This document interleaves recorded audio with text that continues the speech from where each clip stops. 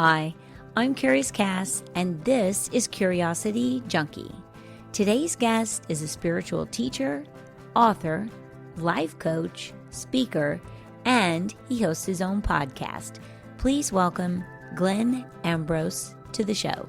Hi, Glenn Ambrose. How are you? I'm wonderful. How are you? I'm fantastic. So let's talk a little bit about how we met. I found you on Insight Timer. I use that app every day to meditate, and I'm always looking for different topics on there and connecting with teachers that have a message that I need to hear. I feel like I'm attracted to it for a reason. And you popped up one day, and it was basically like a conversation, a little like my podcast. And I thought, oh, interesting. And then I realized you have a book out, and you are a coach, and you have a fantastic story.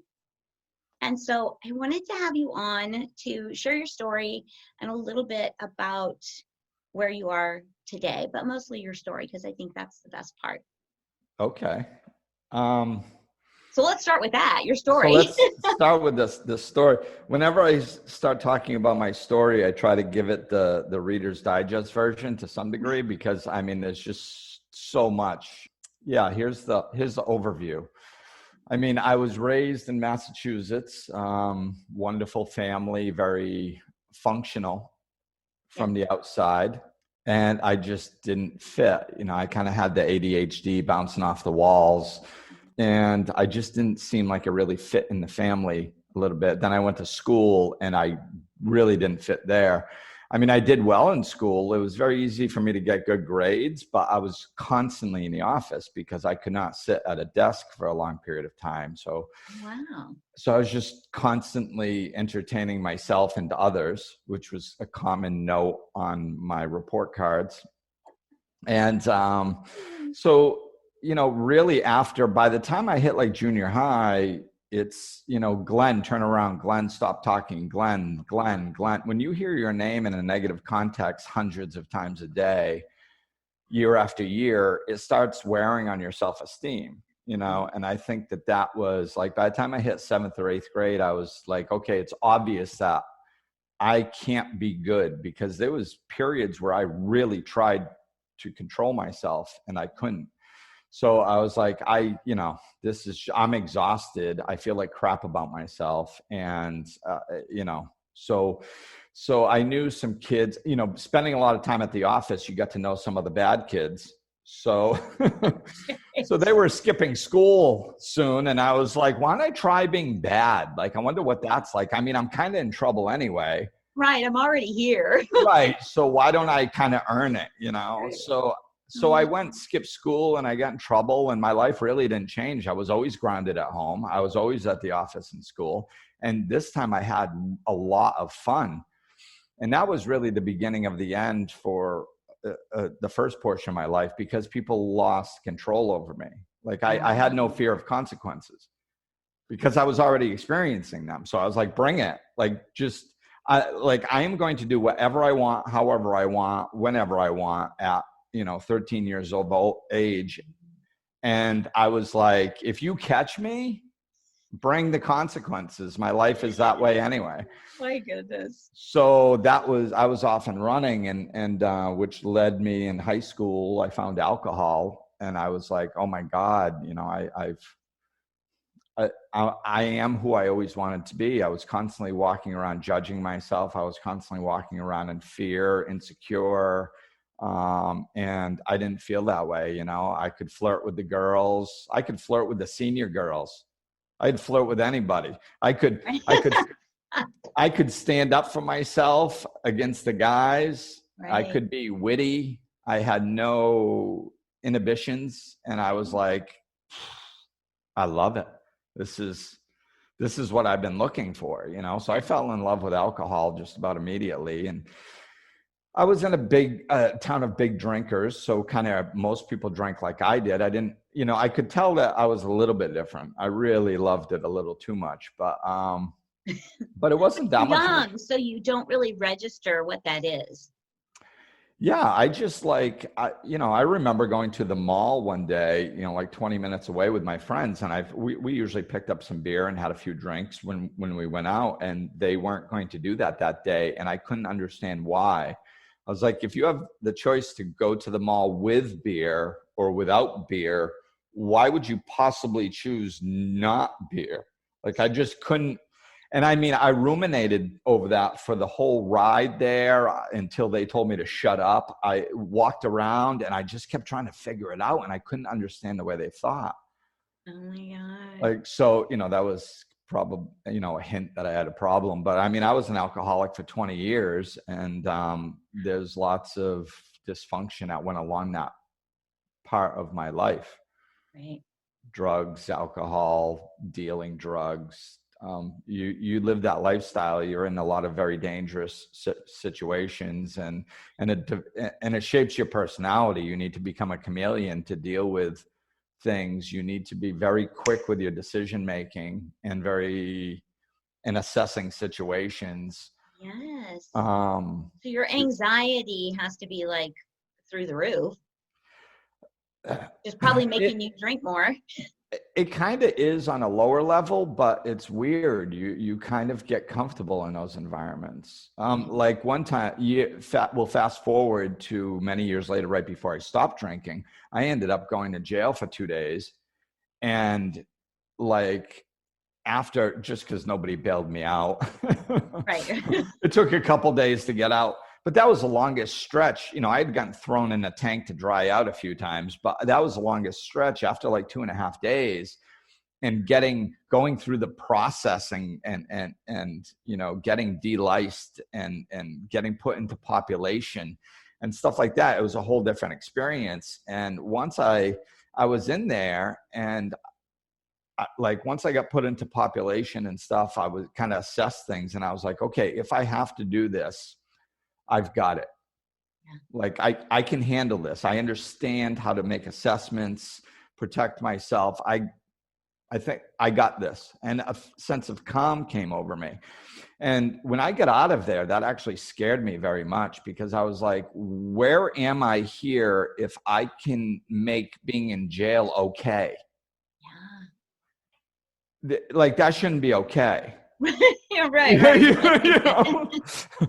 And when I got myself to, so the fact that I made it okay, that I was like, okay, if I have to do this, I'll make it. Like, that really kind of scared me and shook me up. Mm-hmm. I was like, okay, so that was kind of the beginning of my end, right. or part of it.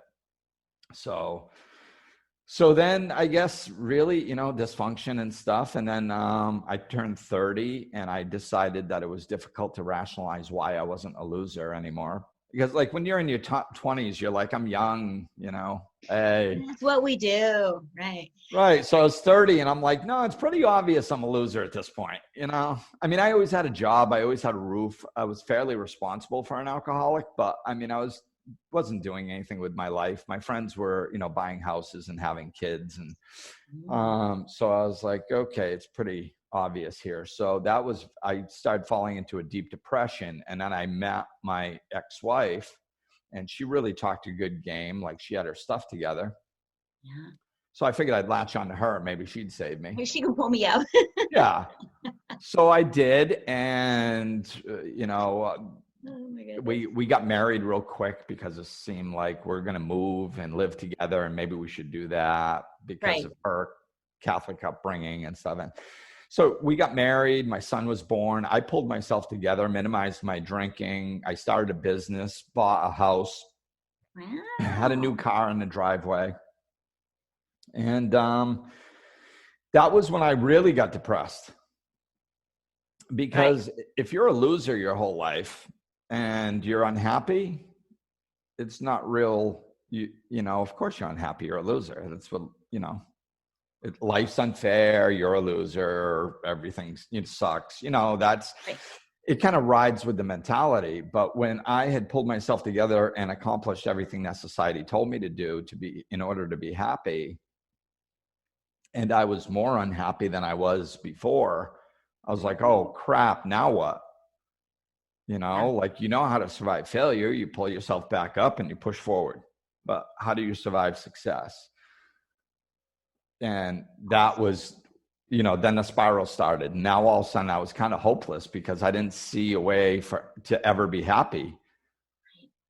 So this is what should make me happy. Why am I not happy?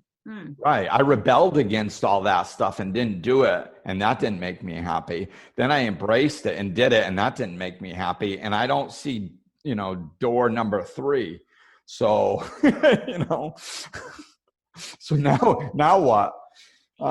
So that started to spiral. I just knew that I couldn't be with my ex-wife. I didn't know what happiness was or if it existed, but I knew it wasn't with her. She was pretty negative. So I ended that, and she moved. I was in Florida. She moved to Rhode Island with my son.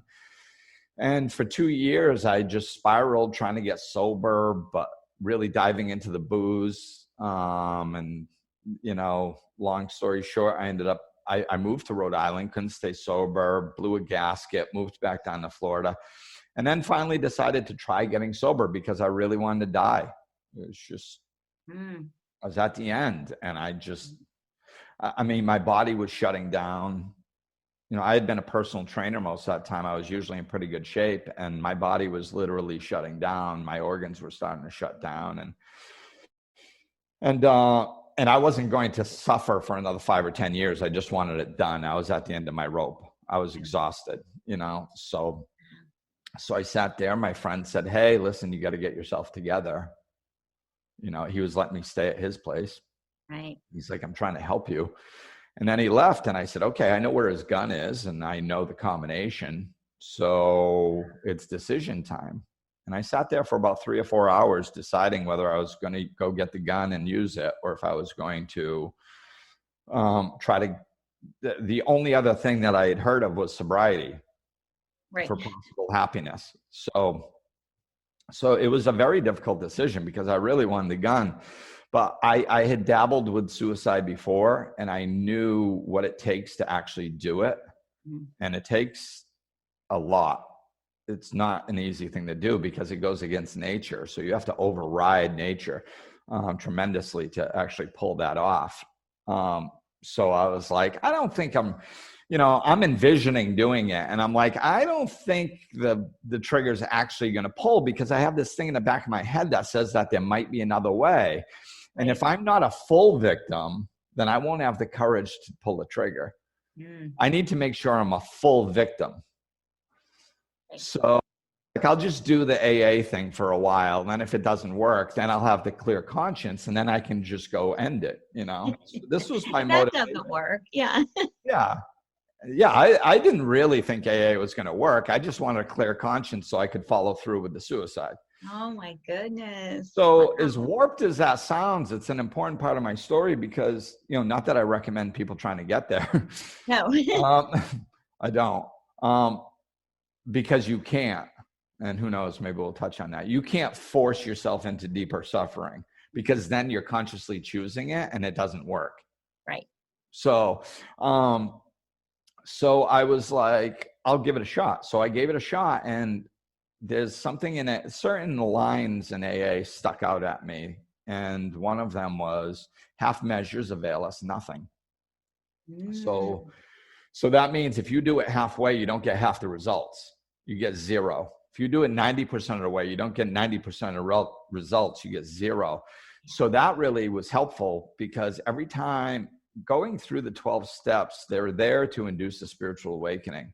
And you need to go deep, and you need to surrender deep for them to actually work the way they're supposed to work, just like any spiritual work. So every time I wanted to balk at what I was doing or do it half-ass or, something like that, I would think about wanting to die. And I'm like, Glenn, if you do this even 95% of the way, you can't lie to yourself. You're going to do it 95% of the way. It's not going to work. You're going to go kill yourself, and you're not going to be able to do it because you're going to know that you didn't give it 100%. And then you're going to have to start the whole process over. And I don't have the energy for that. I just want this to work or die. Those are the only 2 options. So I would really give it 110% to make sure that I had my clean conscience that I wanted. Right. And, it's interesting because that's why I was doing it. But the result was me giving 110%. And when I gave 110%, the program worked amazingly for me. The other line is, we will be amazed before we're halfway through. And after my 5th step, I started having these spiritual awakenings. There's 12. So it was before I was halfway through, and I just blew open and continued to blow open throughout until I finished the steps, which was beginning to end about a 3-month period. Wow. So through that 3 months, I just literally went 180. I mean, everything in my brain worked differently. I saw life completely differently. I was walking around just in a perpetual state of bliss. People were like, what the hell happened to you? What is wrong with you? Yeah. Like, did you get stuck in traffic? And I'd be like, yeah, wasn't that awesome? You were stuck there. So you had to just be. Oh my God, I connected with so much peace and love. Did you do that? And they're like, what is wrong with you? Yeah. Yes. And I'm like, I couldn't even I couldn't even hear their negativity. I was just like, I don't know. It's just wonderful. Awesome. Yeah. You should try it. Yeah. So it took me about 1.5 years, 2 years to really get my feet back on the ground and learn to take the spiritual understandings and spiritual laws that I had opened up to and suddenly understood on a grand scale, to take those and learn how to implement them into my life and actually live here on earth with them. Right. That's the interesting part, right?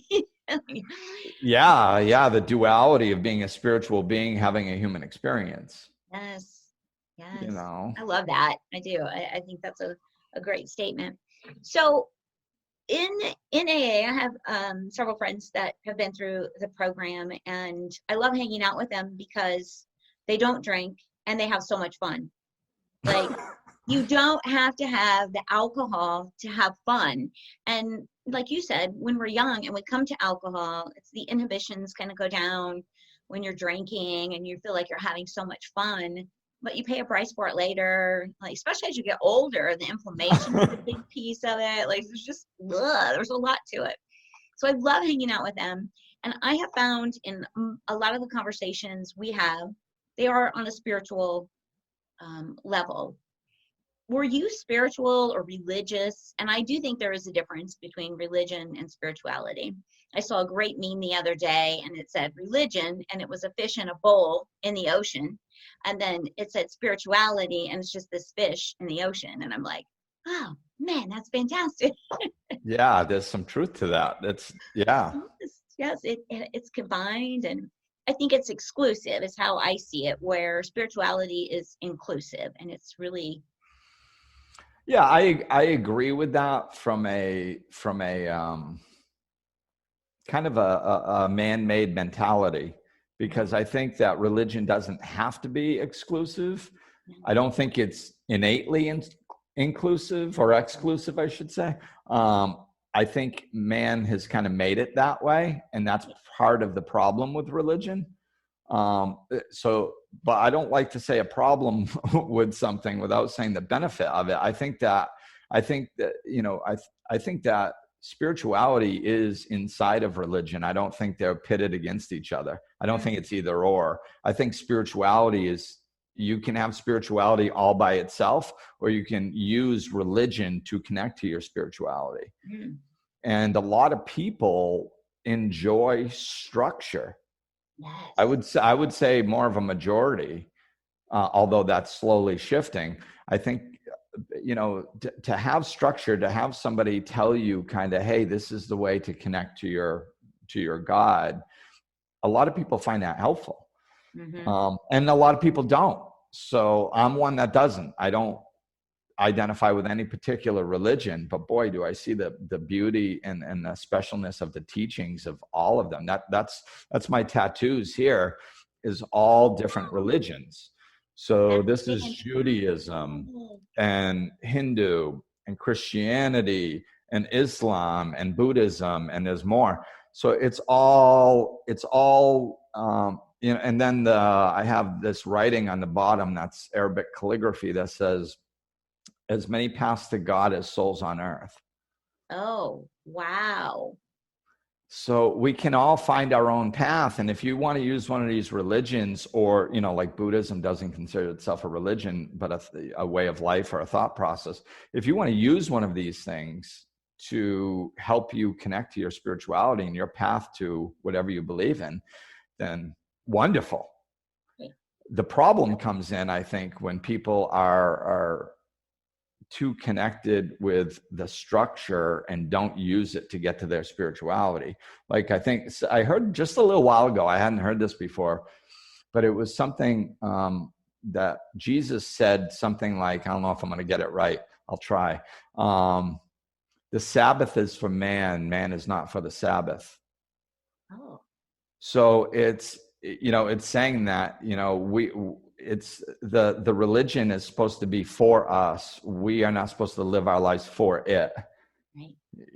And the structure of it. It's like, you can go to church every day, twice a day, and observe all the holidays and all that stuff. And it doesn't make you a good person. It doesn't make you connected. It doesn't make you spiritual. It doesn't make you anything. It just makes you consistent. That's great.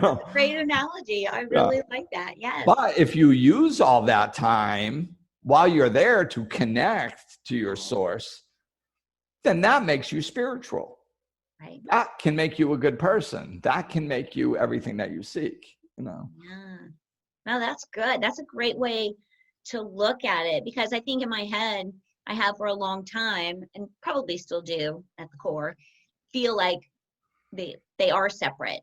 So I'm glad that you said that, because you're right. You could use both of them to connect. And that's really what it's about. It's connecting. Yeah. And I think, that this is, it's funny how things tie back into AA. AA is just such a spiritual program. Mm-hmm. I believe the big book of Alcoholics Anonymous was divinely guided in a similar fashion to the Bible and other texts, because I used to take people through the big book and take people through the steps for like 7 or 8 years after I get sober. Right. I don't do that now, but I'm very familiar with the text and the program. And every time I went through, I was blown away by the levels of spirituality and the teachings in that book. It's just, it's a spiritual text, and it's, so I think I lost my track of what I was going to say. About how it comes back to. Yeah. That's what it was. So letting go of resentment is a big part of the 12 steps. So after I went through those, I'm looking, and I had a major resentment with the Catholic Church that I was raised in. I was raised in Massachusetts right at the time when all the altar boy stuff was going on. Some of my friends were molested. And then later, some of my friends were prison guards when Father Porter went into prison, and it was a big thing, and it was noisy, and it captured a lot of my psyche, as well as a lot of other people around the world and in that area. So, and I had a couple other issues with the church, quite frankly. And I knew that I needed to cease fighting everything and everyone.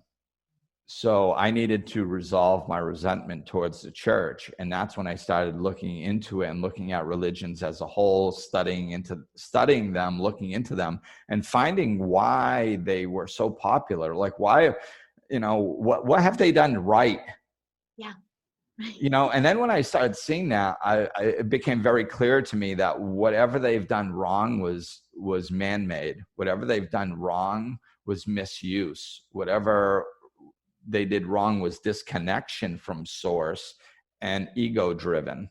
Mm-hmm. There's nothing wrong with the religion itself. Right. There's wrong with some of the people. And, Mother Teresa helped me see that. It's like, I was like, if she can do the works that she did and be a Catholic nun, there's got to be something good about this. Right. Yeah, so, and I agree. Yeah, it can be used for good or bad. Yes, absolutely. Fundamentally, the message is love in all religions, all I think all connection, if we could really all kind of just live and come from a place of love, what a beautiful world. But That's it. It will take a while to get to that.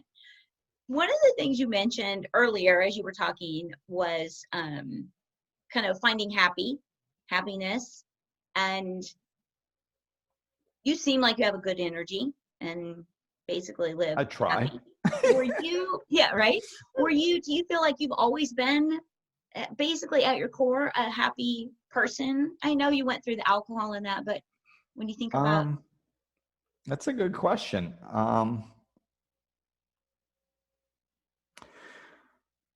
Kind of. I mean, I've always been an optimist. We'll put it that way. Because my sister was a pessimist and I was an optimist. So when you have, which is very common to have one of each in the house, it's usually you oscillate. But so since she was one way and I was another way, maybe she wasn't a major pessimist. I don't even really know. But even if you're leaning in one way and somebody else is leaning in another way, and you live in the same house, the differences get very clear. So there was a definite difference, even at a young age, that I was looking for the positive or expecting it, as opposed to looking for the negative and embracing for it.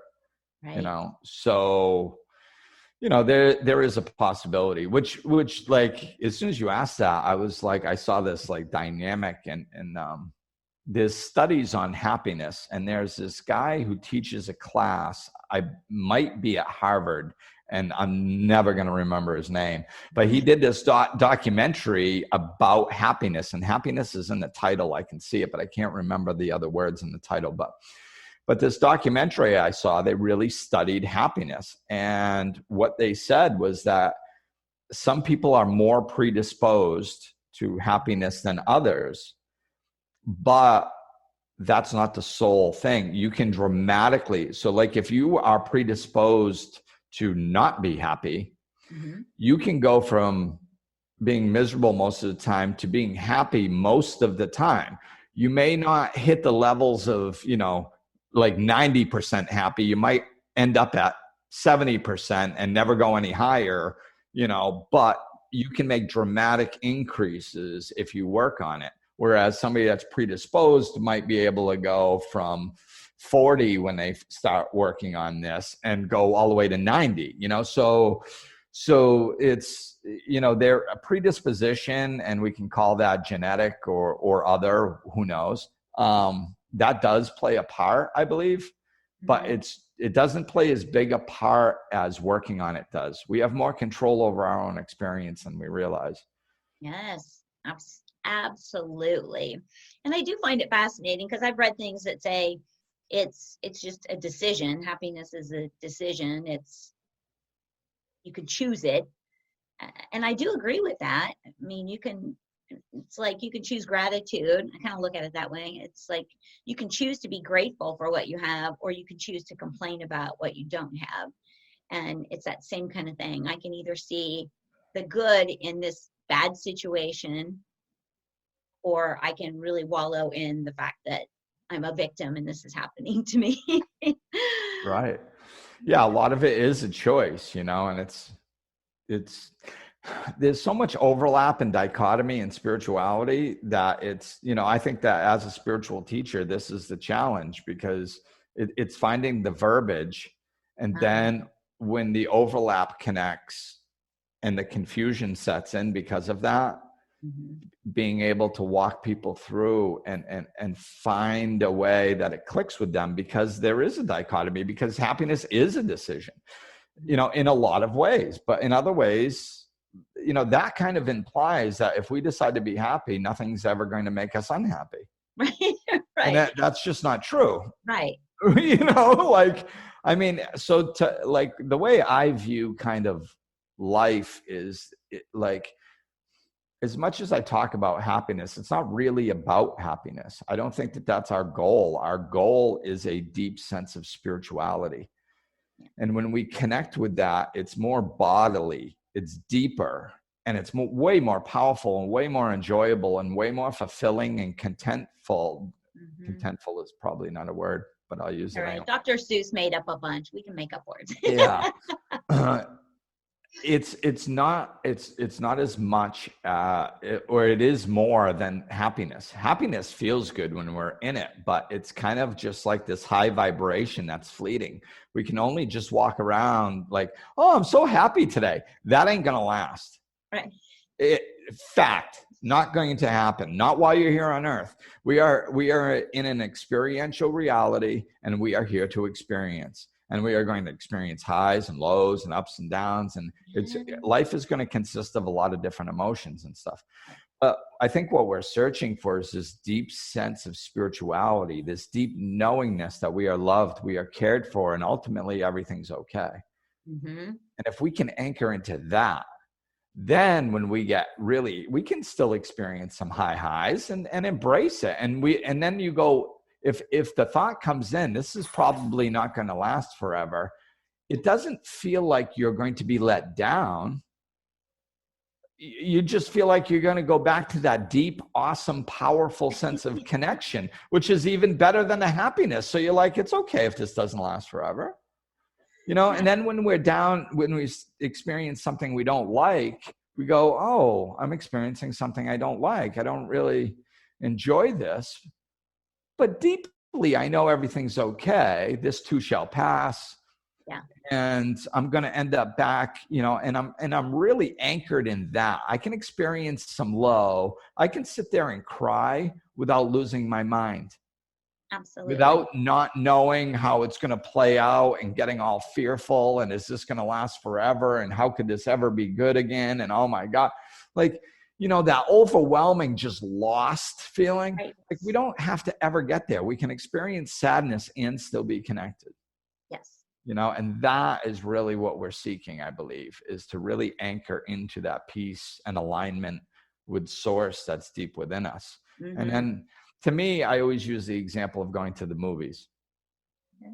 And this is why I named my book, The Spiritual Being's Guide to a Happy Human Experience. Because I think it's such a foundational thought in our journey and concept. So like going to the movies, you can go to a movie, you can literally cry. You can experience excitement where your heart rate goes up. You can laugh. You can get scared. But you don't dive under the seat when somebody pulls out a gun.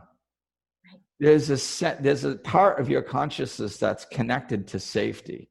You're safe there. It's temporary. It's fleeting. It's just something on a screen, and there's something more when you leave the movie theater, that this actually isn't going to ultimately affect you. So you can actually go for the ride and experience it. People specifically go to movies to get scared and to cry. Absolutely. So you're not avoiding it then, why? Because you feel safe. And that it's temporary and it's fleeting. This is the same mentality we need to have in life. If we are anchored as spiritual beings in the eternalness of what we are, and the connected to love and the connected to source, and that deep knowingness that we are okay and everything's going to work out and we're eternal and it's fine, that's our seat of safety. Then we can go interact with life and we go, oh, I'm sad. Oh, okay, I'll be sad for a little while. It's okay. I don't have to resist it. I'll come through. I'm still anchored here. Oh, I'm happy. Oh, that's fun. Cool. Okay, but I'm still anchored here. We don't lose our seat of safety. And that's how we can interact with life without taking it so seriously. I love that. That's a great one. I love analogies because I'm a very visual person. So when somebody walks me through something I can visualize, I'm like, okay, that makes perfect sense. And one interview I did, gal was talking about kind of removing yourself and you become the observer. And that's what I thought of with the movie. When you're watching that, you become the observer and you're safe. If you can do that in those moments where this is just happening and I'm observing it without getting too caught up in it, let me just go down the rabbit hole. Let me look at it, ask what is it here to teach me. I do like that. I've been doing that when I'm frustrated or when any emotion comes up. I'm like, all right, what is this here to teach me? I've been doing a lot of that. That's really powerful. It's very powerful because it creates space in between you and the event. And that's where your seat of safety is. What it also does from a psychological perspective is it disconnects the brain from a reactive interaction with life. Because, the way I see it is our whole life, we have been creating a perspective, a way of thinking, a way of interacting with life based on our experiences meshed with our personalities. So you can take two little kids and steal a crayon from each of them, and one of them's going to lose his mind. Yeah. The other one's going to go, oh, I wanted to use blue anyway. So that's personality based. Right. So the same experience affects different people different ways. That's why I say it's the experience meshed with the personality. And we develop that over billions of experiences throughout our life. So we don't fully understand why we think the way we think, but what it is it's reactionary. And what happens is an experience comes in, which is stimulus. So a stimuli comes in and a reaction automatically goes out, and we live like that. Yes. Stimulus, reaction. So becoming the observer puts space, and sometimes it can just be a half a second just to break that. And you will choose a conscious action instead of just reacting. So you tend to deal with the situations a lot better. You don't take it so seriously because you opened up that space where peace is. So yeah, becoming the observer is absolutely wonderful. Eckhart Tolle does a great job of teaching that. Michael Singer. I've got several of his books. Yeah. As soon as I moved to Florida a few years ago, I was like, I'm going to meet Michael Singer. Wow. So I went to his place like within a few months of moving there. Wow, good for you. I'm reading one of his books, and I want to say it was The Untethered Soul. That was the book that just kind of really, I was on the cusp of really opening up and what I would call becoming awake. And I read that book and I'm like, what? Why didn't I know this before? Oh yeah. Yeah, it was amazing. I saw him, the first time I saw him was on Oprah Winfrey's Super Soul Sunday years ago. I mean, my God, that must have been 8 years ago, maybe more. And I was like, I played that thing. I was starting to do Reiki at my house, and I would have people over and take them upstairs one by one and leave them in my living room, like with snacks, watching spiritual stuff. Oh, I love it. And I would have Michael Singer playing downstairs, the interview with Oprah about the untethered soul.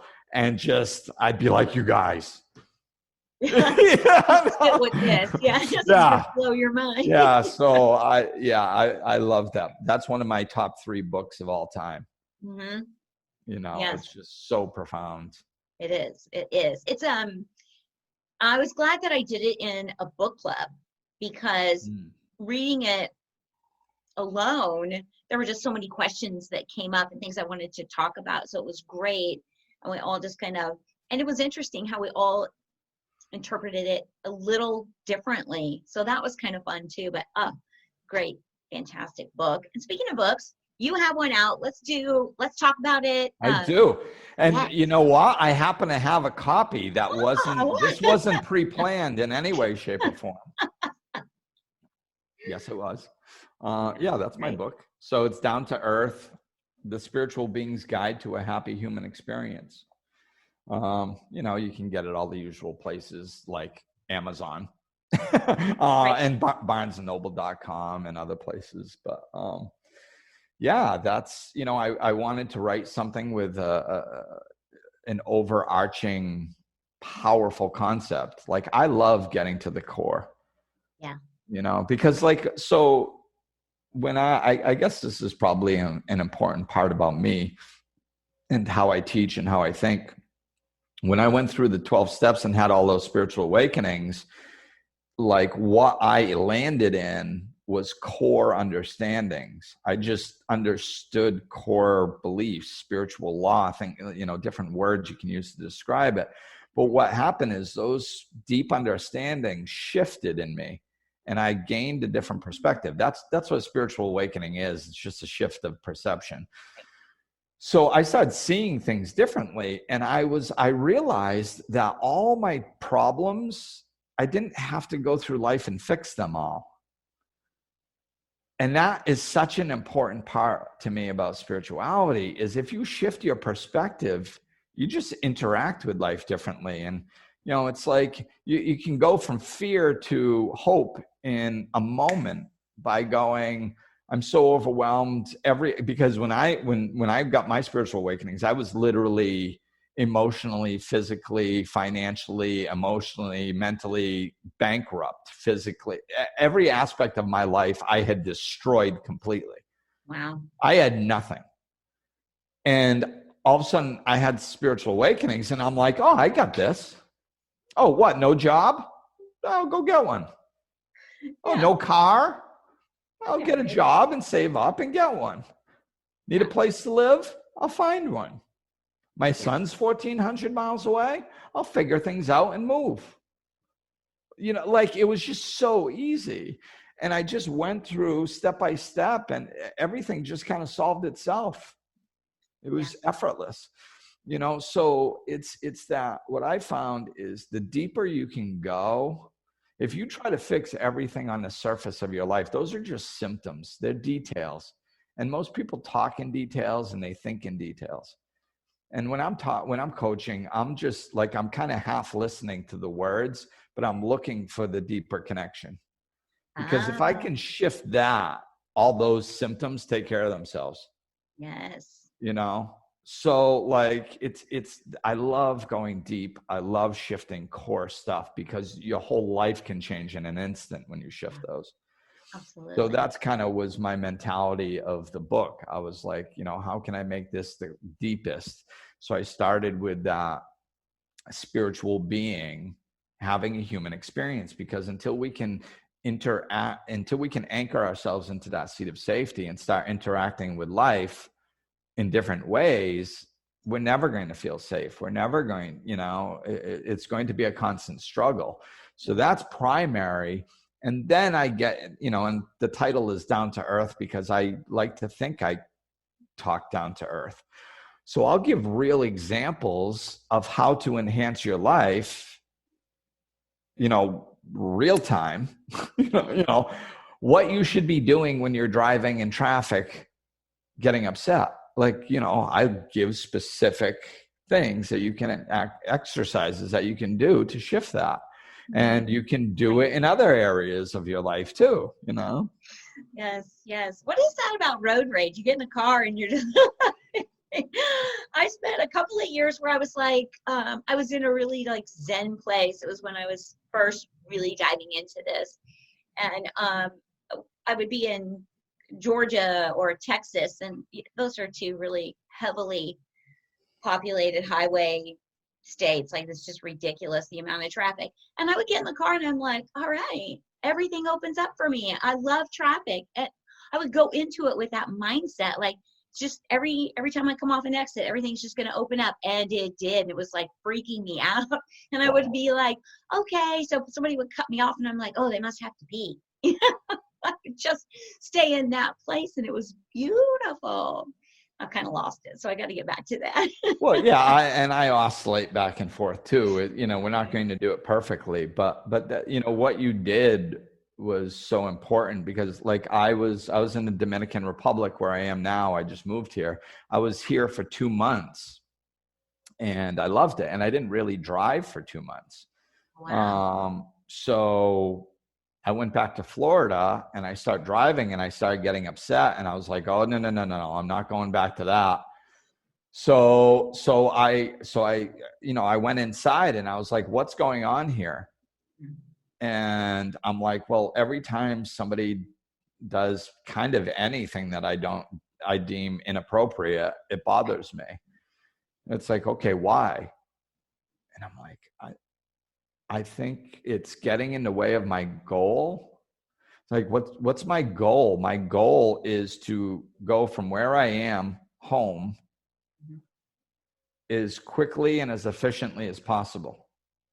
And I didn't realize that was my goal until I looked inside and I started asking myself these questions.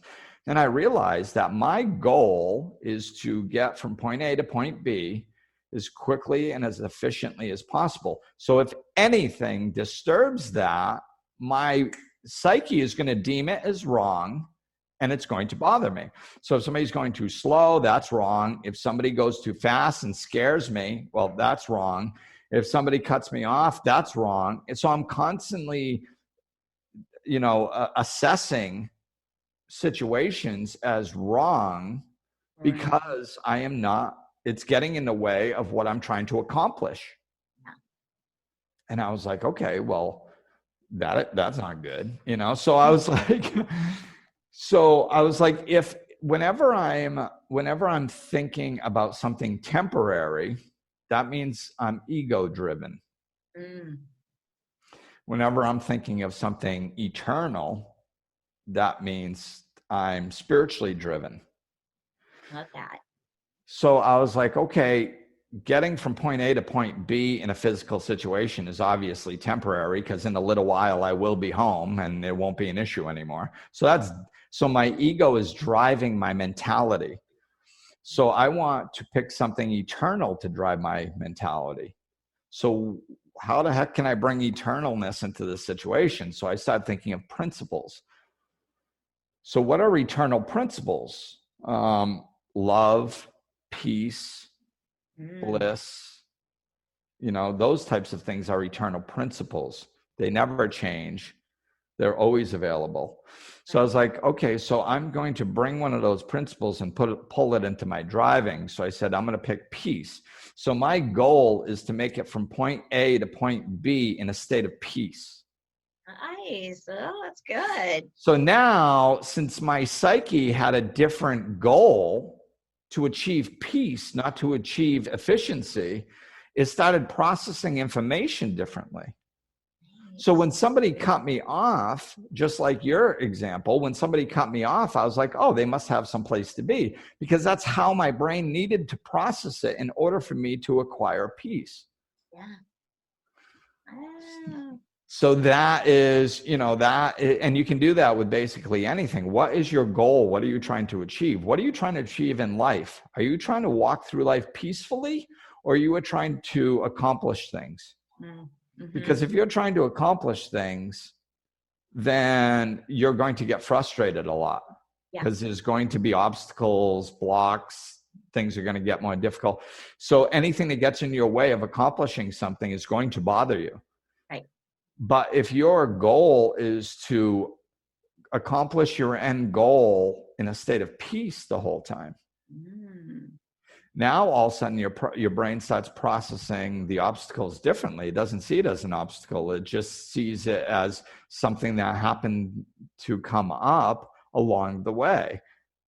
And you just go, oh, well, okay. It is. It simply is. It's not good or bad. It just is. So I'll just, okay, so now what? What do I do? Do I peacefully go over the obstacle? Do I peacefully go around the obstacle? Do I peacefully look for a door through the obstacle? But whatever I'm going to do, I'm going to do it peacefully. And when we start living in that way, all of a sudden you can start seeing that baseline of peace and connection. And, Yes. And that's all in your book, right?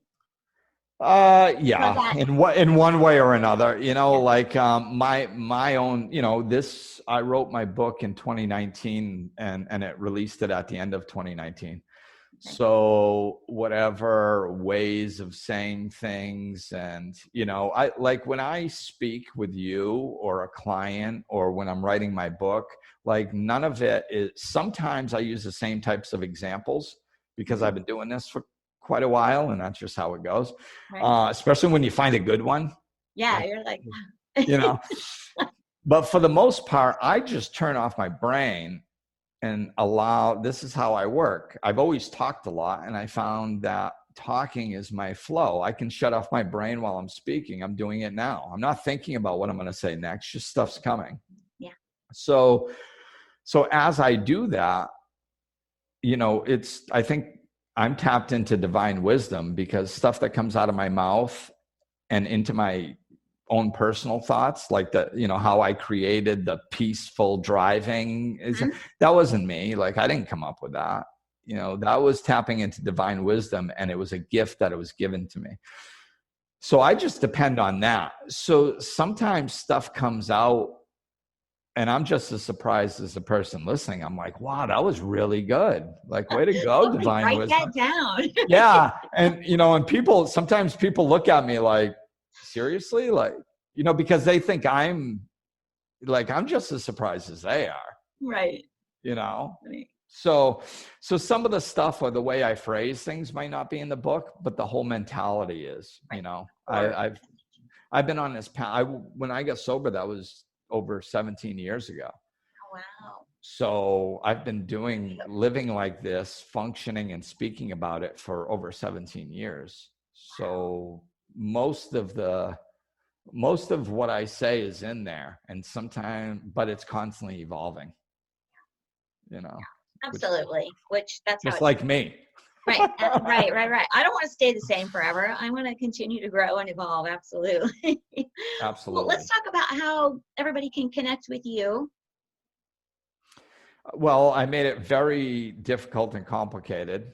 Oh, why not? Right. Yeah. You go to glenambrose.com. That's it. Keep it simple. Yeah. So yeah, I believe that's actually something I teach a lot. If you want to get closer to the truth, simplify. If you want to get further from the truth, complicate.